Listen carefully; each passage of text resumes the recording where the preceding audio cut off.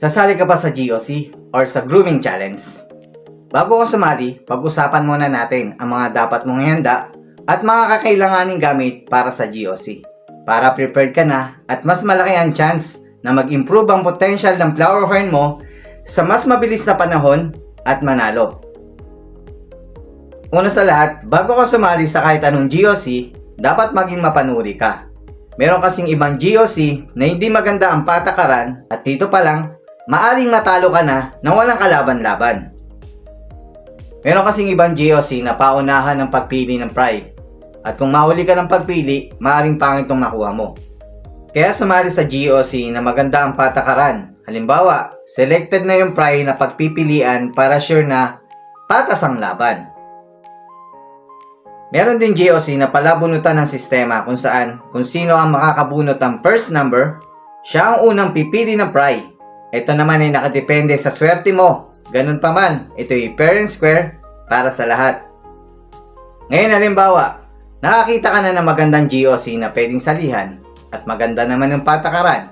Ang tanong, marunong ka na bang pumili ng pry na possible na maging male or magkakok paglaki? At syempre, hindi lang naman palakihan ng cock ang magiging labanan dito. Meron ding award para sa Best in Color, Best in Pearl at iba pang award. Kaya hindi basta-basta ang gagawin mong pagpili. Kaya sa una pa lang sinasabi ko na sumali ka sa GOC na maganda ang patakaran para hindi ka lugi. At speaking sa pagpili ng pry, bukod sa buo ang kilay, maiksi ang nguso na sinyalis ng possible male at straight plums. Kung wala ka na talagang pagpipilian na may ganong katangian dahil ikaw na yung bandang huling pipili, piliin mo yung pry na maraming pearl o kaya naman ay mapula ang kulay para may chance ka pa rin makasungkit ng award sa Best in Pearl o kaya naman ay Best in Color. Para sa dagdag na impormasyon, panoorin niyo po yung mga video ko sa aking YouTube channel. Malaki po ang may tutulong nito sa tamang pagpili ng flower horn pry. Lalagay ko po sa description below ang link ng video.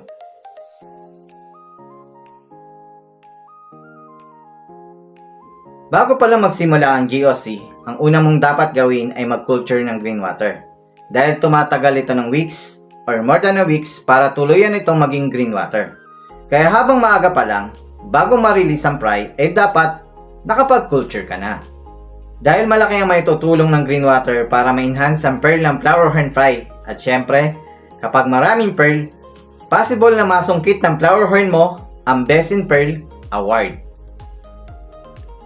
I suggest na ilagay ang green water sa aquarium kaysa sa galon ito nakalagay para rekta mo nang ilalagay ang pry at para hindi ka na palipat-lipat pa dahil sa kada ililipat mo ang pry, possible itong ma-stress, pwede rin biglang mawala ng ganang kumain at huminto ang cock development na pwede mong ikatalo. Pwesto ng aquarium sa lugar na nasisinaga ng araw katulad ng tabi ng bintana para hindi mamamatay ang green water o kaya naman maglagay ng ilaw at heater para tuloy-tuloy ang buhay ng green water. Sa una, gagamit ka ng airstone or sponge filter pero tatanggalin mo yung sponge para sanayin ang pry mo na may air bubbles at para may sapat na oxygen ang aquarium. Maaari kasing ma-filter ng sponge ang green water at maging clear. Kaya para maiwasan ito, wag mo munang ilagay ang sponge sa filter.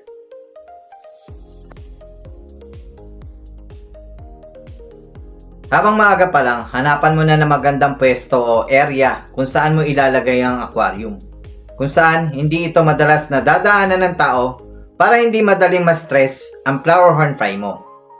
Isang lugar or pwesto na may natural na liwanag mula umaga hanggang hapon para sa gabi ka na lang magbubukas ng ilaw kapag magpapakain ka at para maiwasan ang stress ng flower horn pry mo. Pag kasi madilim ang lugar kung saan mo ilalagay ang aquarium na walang ilaw, sa una parang okay lang ang flower horn mo, normal lang ang kilos, pero kapag nagbukas ka na ng ilaw, sisiksik na to sa isang sulok at magba-black stripe na ang katawan, sinyalis ng stress dahil nabigla at hindi sanay sa ilaw. Ngayon kung wala ka na talagang choice na pwedeng paglagay ng aquarium mo na maliwanag, talagang doon lang talaga sa madilim, kailangan mo maglagay ng ilaw 24/7. At sa lahat ng pagkakataon na possible na may stress ang flower horn mo, hihinto ang cock development nito. Kaya lahat ng bagay or pangyayari na posibleng magdulot ng stress ng flower horn mo ay dapat nating iwasan para magtuloy-tuloy ang development nito.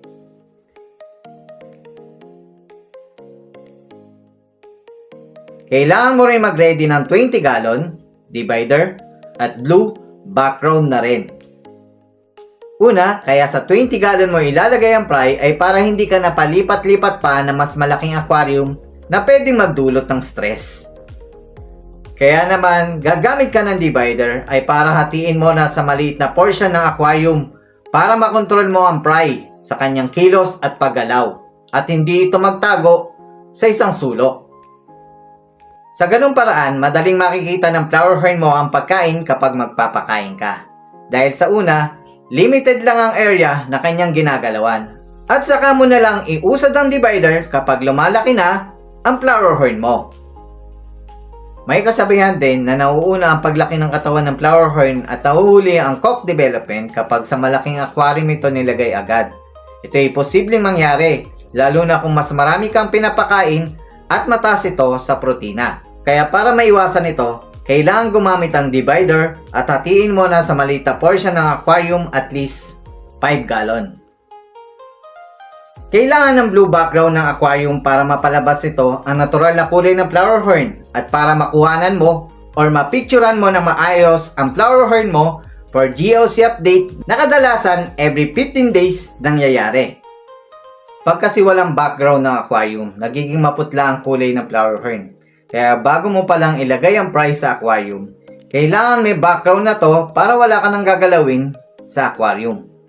Dahil kadalasan kapag may ginagalaw ka sa aquarium, lalo na kung first to second weeks pa lang ng flower horn fry mo, siguradong may stress ito. May senaryo din na biglang hindi kakain, magtatago sa isang sulok kapag may lumapit na tao.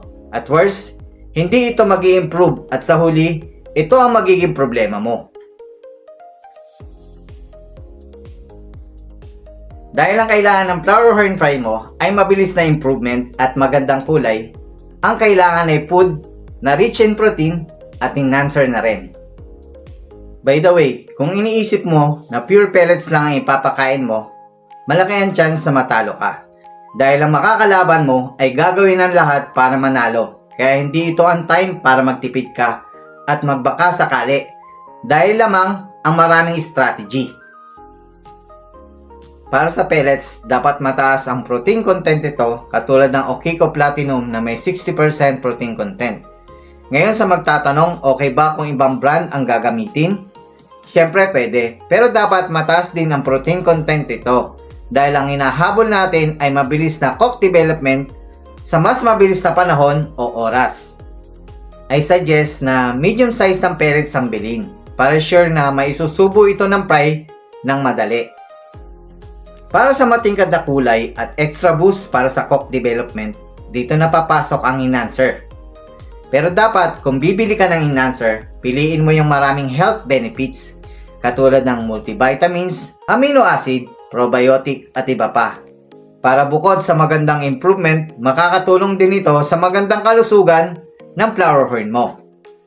Para naman sa tamang paggamit ng enhancer, meron po kanyang video sa aking YouTube channel. Ilalagay ko po sa description below ang link ng video. Ang Tubipex, frozen bloodworms at mosquito larva ay pwedeng ipakain araw-araw tuwing umaga sa mga fry at growth out. Basta mainit ang panahon at kung may heater ka. Exercise waving, sabi nga ng iba. Ang live food ay malaking may tutulong sa cock development sa tamang paggamit. Pero kung mali ang paggamit ito, pwede ito magdulot ng sakit. Kaya hindi basta-basta ang pagpapakain nito, kaya kailangan mo munang mag-research. Anyway, meron po kanyang video sa aking YouTube channel sa tamang pagpapakain ng Tubipex at kung paano mapapatagal ang buhay nito hanggang ito'y maubos. Ilalagay ko po sa description below ang link ng video. Ang tanong, pwede bang hindi na magpakain ng live food? Kasi delikado pala. Pwede naman, pero hindi maiiwasan na ang makakalaban mo ay pwede magpakain ng live food at magiging advantage nila sa laban. Pwede bang hindi gumamit ng heater? Yan ang kadalasang tanong ng mga nagtitipid sa kuryente. Dahil tropical country naman tayo na madalas mainit ang panahon, pwede namang hindi gumamit ng heater. Pero depende ito sa lugar kung saan ka nakatira at sa buwan kung kailan ka sasali sa GOC. Halimbawa, kung nakatira ka sa Tagaytay or Baguio na laging malamig ang klima, kailangan mo ng heater lalo na kung magpapakain ka ng light food para mabilis matunawan ang flower horn mo. Halimbawa naman, kung matapat na rainy season or sa buwan ng December to February na malamig ang panahon, lalo na sa madaling araw, makakatulong kung meron kang gamit na heater para stable ang temperatura ng tubig. Pwede namang hindi gumamit ang heater, pero depende nga yun sa lugar. Katulad ko, nakatira ako sa San Mateo. Sa experience ko nitong December, bumili ako ng fry at nagpakain ako ng Chubipex araw-araw tuwing umaga. Ang ginawa kong paraan para hindi na ako gumamit ng heater ay naka-indoor setup ako at nag-full cover ng aquarium. Nagpapakain ako ng Chubipex pero tamang dami lang, hindi ako nagpapam-feeding. Pero tingnan nyo naman ang resulta. Hindi yan mag-i-improve ng ganyan kung pure pellets lang ang pinapakain ko. Bago ko makalimutan, may nag-share sa akin ng mga patakaran at alituntunin ng GOC. Disclaimer lang, maaring iba't iba ang patakaran ng GOC group, kaya ang mababasa nyo ay maaring may pagkakaiba depende sa pinatutupad nilang rules.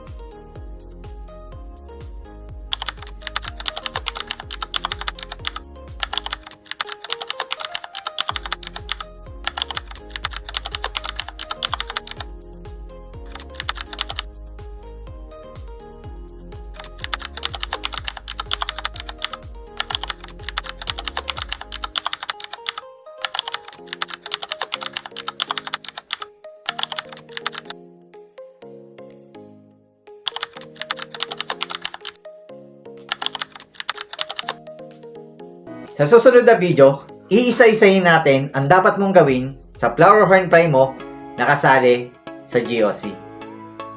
Kaya kung ang hanap mo ay dagdag na impormasyon, dito ka lang sa Flower Horn Newbie TV at marami kang matututunan.